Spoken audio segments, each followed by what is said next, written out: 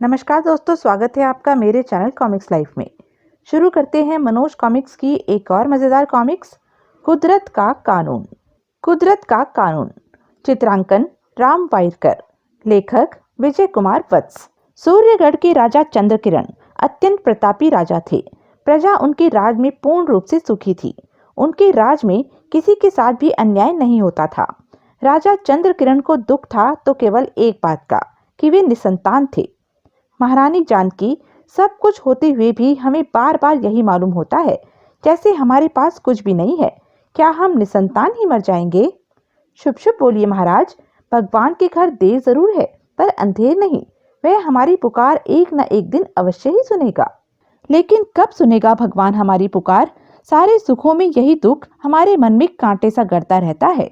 राजा चंद्रकिरण निराश हो उठते। महारानी जानकी प्रत्यक्ष में लाख उन्हें धीरज बंधाती थी, लेकिन मन ही मन वे भी उसी दुख से पीड़ित रहती। एक दिन जब पड़ोसी राज्य के राजा कुणाल राजा चंद्रकिरण के राजमहल में बैठे हुए थे। क्या बात है राजा चंद्रकिरण जी, आप कुछ उदास से नजर आ रहे हैं।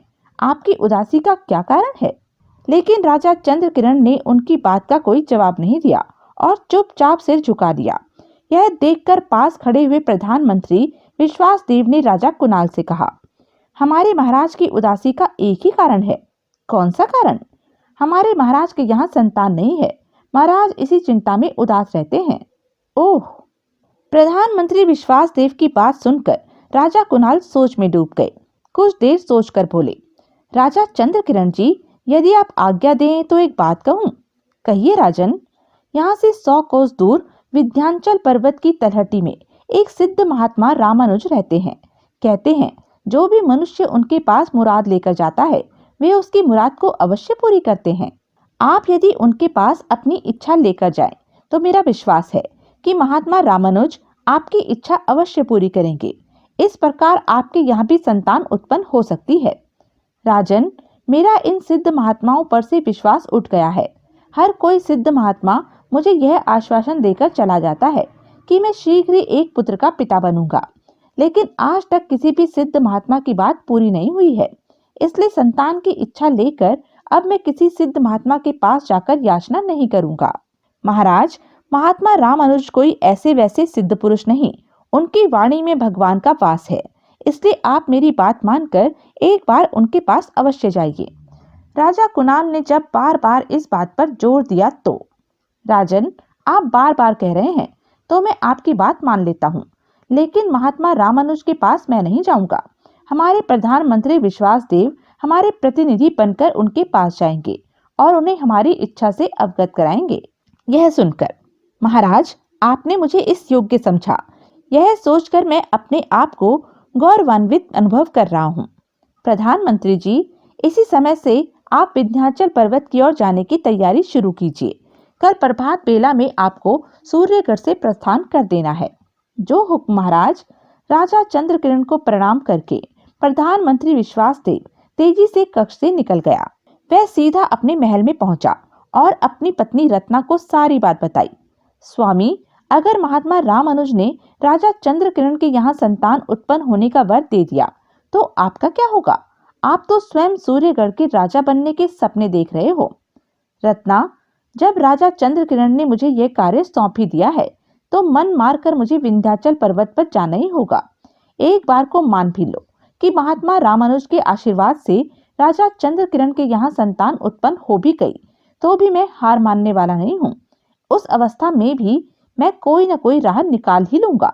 मुझे आपकी तीक्ष्ण बुद्धि पर पूरा भरोसा है स्वामी। रत्ना, विश्वास रखो, एक न एक दिन तुम सूर्यगढ़ की महारानी अवश्य ही बनोगी। दूसरे दिन प्रभात बेला में प्रधानमंत्री विश्वासदेव विंध्याचल पर्वत की ओर चल पड़ा। चाहे कुछ भी हो जाए, एक न एक दिन मुझे सूर्यगढ़ का राजा अवश्य बनना है। नदी नाले भयंकर जंगलों को पार करता हुआ विश्वासदेव विंध्याचल पर्वत के पास जा पहुंचा। आगे का सफर मुझे पैदल ही तय करना होगा, इसलिए घोड़े को यहीं किसी पेड़ के तने से बांध दूं। यह सोचकर उसने घोड़े को एक पेड़ से बांध दिया और पैदल ही पर्वत पर चढ़ने लगा। बड़ी दुर्गम चढ़ाई है। जैसे तैसे करके उसने पहाड़ की चढ़ाई पूरी की। तत्पश्चात वह पहाड़ की तलहटी में महात्मा रामानुज के पास पहुंचा। श्रद्धेय महात्मा जी को मेरा प्रणाम स्वीकार हो। वत्स, तुम कौन हो और किस उद्देश्य से हमारे पास आए हो?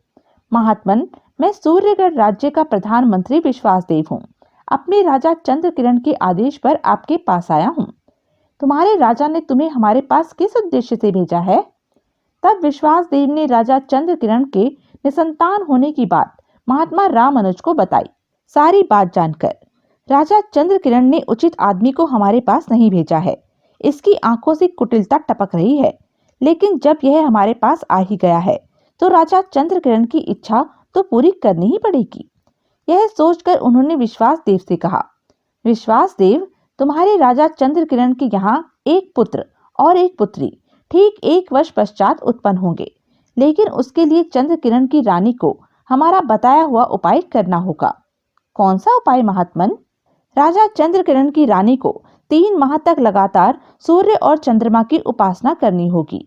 प्रातः सूर्य को 1 लोटा जल व रात्रि को चंद्रमा को 1 लोटा जल अर्घ देना होगा, तभी उसकी इच्छा पूरी होगी। ठीक है महात्मन, मैं राजा चंद्रकिरण को ये सारी बातें बता दूंगा। महात्मा रामानुज को प्रणाम करके विश्वासदेव वापस लौटा। सूर्यगढ़ पहुंचकर वह सबसे पहले अपनी पत्नी रत्ना के पास गया और उसे सारी बात बताई। स्वामी, आप राजा चंद्रकिरण को महात्मा रामानुज की बातें न बताइए। इस प्रकार न तो रानी जानकी सूर्य और चंद्रमा को अर्घ देगी, न ही उनकी इच्छा पूरी होगी। नहीं रत्ना, मैं तुम्हारी बात के पक्ष में नहीं हूँ। मैं सबसे पहले किसी न किसी तरह राजा चंद्रकिरण पर अपनी कर्तव्य निष्ठा की छाप छोड़ना चाहता हूँ। तत्पश्चात उचित अवसर देखकर ही अपनी चाल चलूंगा। तुम देखना, एक दिन राजा चंद्रकिरण मेरे जाल में इस प्रकार फंसेगा कि वह लाख सिर पटकने पर भी कुछ न कर सकेगा। ठीक है स्वामी। तब विश्वासदेव राजा चंद्रकिरण के पास पहुंचा। प्रधानमंत्री जी, क्या सूचना लाए हो? महात्मा रामानुज आपसे मिले या नहीं? महाराज, महात्मा रामानुज मुझसे मिले थे। उन्होंने कहा है कि आपके यहाँ 1 वर्ष पश्चात एक पुत्र और एक पुत्री का जन्म होगा। क्या सचमुच उन्होंने ऐसा कहा है?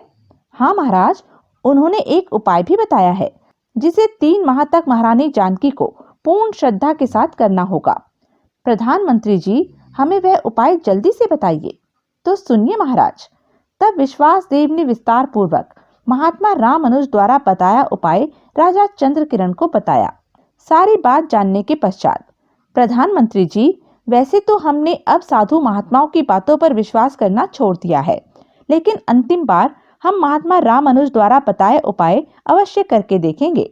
महाराज, महात्मा रामानुज ने और भी उपाय बताया है, लेकिन उसे उन्होंने तब आपको बताने को कहा है जब रानी जानकी गर्भवती हो जाएगी। रानी जानकी ने दूसरे दिन से ही सूर्य व चंद्रमा को जल देना प्रारंभ कर दिया। ठीक 3 माह पश्चात, महाराज, एक खुशखबरी है। कैसी खुशखबरी महारानी? आप पिता बनने वाले हैं महाराज। ओह, इसका मतलब है कि महात्मा रामानुज का कथन सत्य हो गया है। खुशी में डूबे राजा चंद्रकिरण ने उसी समय प्रधानमंत्री विश्वासदेव को बुलवाया। क्या आज्ञा है महाराज? प्रधानमंत्री जी, महारानी जानकी गर्भवती हो गई है। अब बताओ कि महात्मा रामानुज ने तुम्हें और क्या बताया था? महाराज, उनके कथन के अनुसार संतान उत्पन्न होने तक रानी जानकी को एकांतवास में रहना होगा। ओह, लेकिन एकांतवास के लिए हम महारानी जानकी को कहाँ भेज सकते हैं? महाराज, यह सेवक आपके कब काम आएगा? क्या मतलब? महाराज, निकुंज वन के एकांत में आपका जो राजमहल है, महारानी जानकी 9 माह के लिए उसमें रह सकती है। उनकी सेवा व मन बहलाव के लिए मैं अपनी पत्नी रत्ना को महारानी के पास छोड़ सकता हूँ। हाँ, यही ठीक रहेगा। हम भी यदा कदा निकुंज वन में जाकर महारानी की कुशल क्षेम पूछाया करेंगे। नहीं महाराज, ऐसा अनर्थ न करना। आपको तो 9 माह तक महारानी जानकी का मुंह भी नहीं देखना है। मैं स्वयं निकुंज वन जाकर महारानी की कुशलता का समाचार ला दिया करूंगा। ठीक है विश्वासदेव जी, संतान प्राप्ति के लिए हम महारानी का बिछोह भी सहने को तैयार हैं। दूसरे दिन ही महारानी जानकी विश्वासदेव की पत्नी रत्ना के साथ लेकर निकुंज वन के राजमहल में पहुंच गई। मेरे पति ने योजना तो अच्छी बनाई है, भगवान उन्हें सफलता प्रदान करे। इस प्रकार धीरे धीरे 9 माह व्यतीत हो गए। उचित समय पर महारानी ने एक पुत्र और एक पुत्री को जन्म दिया। प्रसव के बाद महारानी स्वर्ग सिधार गई। स्वामी, महारानी जानकी तो स्वर्ग सिधार गई, अब हम महाराज को क्या जवाब देंगे? यह तो और भी अच्छा हुआ रत्ना, राह का एक कांटा स्वयं ही रास्ते से हट गया। अब क्या करना है स्वामी? नन्ही राजकुमारी से तो हमें कोई खतरा है नहीं, इसलिए मैं केवल नन्हे राजकुमार को ही टोकरी में रखकर सरोई नदी में फेंक आता हूँ। तब मैं राजा चंद्रकिरण को पत्नी की मृत्यु और पुत्री के जन्म की सूचना देने राजमहल में जाऊंगा। विश्वास देव ने तुरंत ही नन्हे राजकुमार को मृत महारानी की बगल में से उठाया। राजकुमार, अब तुम्हारा स्थान यहाँ नहीं, सरयू नदी की गोद में है। फिर वह उसे टोकरी में रखकर सरयू नदी की ओर चल दिया। सरयू नदी पर पहुंचकर उसने टोकरी को जल में छोड़ दिया। जाओ मेरे नन्हे राजकुमार, मजे से इस टोकरी में लेटकर सारी दुनिया की सैर करो, तुम्हें कोई नहीं रोकेगा। तत्पश्चात विश्वासदेव राजा चंद्रकिरण के पास पहुंचा। क्या बात है प्रधानमंत्री जी, तुम्हारा मुंह क्यों लटका हुआ है? महाराज, समाचार ही ऐसा है, महारानी जी एक कन्या को जन्म देकर स्वर्ग सिधार गई है। यह तुम क्या कह रहे हो विश्वासदेव? महात्मा रामानुज ने तो कहा था कि महारानी के एक पुत्र और एक पुत्री होंगे। महारानी की मृत्यु की तो महात्मा रामानुज ने कोई भविष्यवाणी नहीं की थी, फिर यह सब कैसे हो गया? महाराज, कभी कभी होने के साथ साथ अनहोनी भी घट जाया करती है। जो होना था वह तो हो चुका है, अब धीरज रखकर महारानी जी के दाह संस्कार का प्रबंध कीजिए। राजा चंद्रकिरण ने दुखी हृदय से महारानी जानकी का अंतिम संस्कार किया। महारानी, तुम हमें मझधार में छोड़कर चली गई हो, यह तुमने ठीक नहीं किया। महारानी जानकी की मृत्यु के पश्चात राजा चंद्रकिरण उदास रहने लगे। जब भी वे नन्ही राजकुमारी की ओर देखते, बेटी तू बड़ी ही बदकिस्मत है, तेरे पैदा होते ही तुझसे तेरी माँ की गोद छिन गई। हमने बच्चे अवश्य चाहे थे, लेकिन महारानी के जीवन की कीमत देकर नहीं।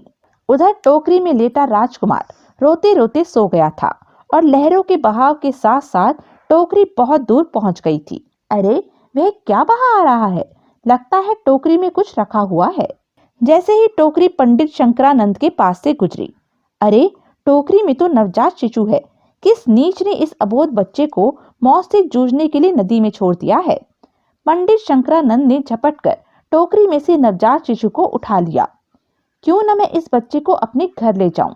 शायद भगवान ने इसे हमारे लिए ही भेजा है। इस बच्चे को जब मैं कल्याणी की सूनी गोद में डालूंगा तो वह हर्ष से बावली हो जाएगी। यह सोच वह शिशु को साथ लेकर अपनी झोपड़ी में पहुंचा। यह क्या, किसका बच्चा उठा लाए हैं आप? कल्याणी, अब यह बच्चा हमारा है। लगता है शंकर भगवान ने प्रसन्न होकर उसे हमारे पास भेजा है। तब पंडित शंकरानंद ने शिशु के मिलने की सारी घटना पत्नी कल्याणी को बताई। सारी बात जानकर कैसे निष्ठुर माँ बाप होंगे वो, जिन्होंने इस फूल से कोमल बच्चे को नदी के सुपुर्द कर दिया। सचमुच इस बच्चे के माँ बाप मनुष्य नहीं, राक्षस होंगे। कल्याणी ने नन्हे शिशु को ममता से भरकर छाती से लगा लिया। दूसरी ओर सूर्यगढ़ के राजमहल में, प्रधानमंत्री जी, महारानी जानकी ने सूर्य और चंद्र की उपासना के पश्चात राजकुमारी को जन्म दिया है, इसलिए हम राजकुमारी का नाम किरण चांदनी रखेंगे। तुम्हारा क्या ख्याल है? महाराज, किरण चांदनी नाम अत्यंत ही सुंदर है। राजकुमारी के लिए यही नाम उपयुक्त है। राजकुमारी किरण चांदनी की किलकारियों से राजमहल गूंजने लगा। वह धीरे धीरे बड़ी होने लगी। शाबाश नन्ही राजकुमारी, जरा ठुमक ठुमक कर थोड़ा और आगे बढ़ो। इसी प्रकार दिन बीत रहे थे। एक दिन विश्वासदेव की पत्नी रत्ना ने उससे कहा, स्वामी, अब तो राजकुमारी किरण चांदनी के जन्म को काफी समय व्यतीत हो गया है। अब वह समय कब आएगा जब मैं सूर्यगढ़ की महारानी और आप सूर्यगढ़ के राजा बनेंगे? रत्ना, सिंहासन पर अधिकार करना कोई बच्चों का खेल नहीं है। इस कार्य में अभी काफी समय लगेगा। धैर्य से आने वाले अच्छे समय की प्रतीक्षा करो। उधर दूसरी ओर जब पंडित शंकरानंद एक रात को गहरी नींद सोया हुआ था तो उसे स्वप्न में शंकर भगवान ने दर्शन दिए। भक्त शंकरानंद, तुम्हें जो शिशु सरयू नदी में मिला था उसके बारे में तुम्हें मैं कुछ आदेश देना चाहता हूँ। आज्ञा कीजिए भगवान। शंकरानंद, तुमने उस शिशु का नाम अभय रखा है। अभय किसी साधारण घराने का नहीं है, वह राजसी घराने से संबंध रखता है। वक्त के थपेड़ों के कारण ही वह अपने परिवार से अलग हो गया है। भगवान, अभय किस राजसी घराने से संबंध रखता है? अभी उस बात को बताने का समय नहीं आया है। अतः मेरा आदेश है कि तुम अभय को ब्राह्मण कार्य की शिक्षा न देकर उच्च शिक्षा दिलवाना और उसका उचित प्रकार से लालन पालन करना। अच्छा भगवान। उचित समय पर मैं पुनः स्वप्न में तुम्हें दर्शन दूंगा और तभी तुम्हें बताऊंगा कि अभय किस राजसी घराने से संबंध रखता है। तब तुम यह बात अभय को बता देना। जो आज्ञा भगवान। पंडित के इतना कहते ही शंकर भगवान अंतर ध्यान हो गए। तभी शंकरानंद की आंख खुल गई। उसने ध्यान से पास सोए हुए अभय की ओर देखा। सचमुच अभय किसी राजकुल का ही प्रतीत होता है। कैसा तेज है इसके मुख पर। मैं इसको राजनीति की शिक्षा अवश्य दिलवाऊंगा।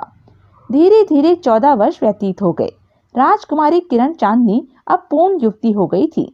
एक दिन जब विश्वास देव की नजर उस पर पड़ी तो ओह, किरण चांदनी व्यसक होकर इतनी रूपवती हो जाएगी, यह तो मैंने सोचा भी न था।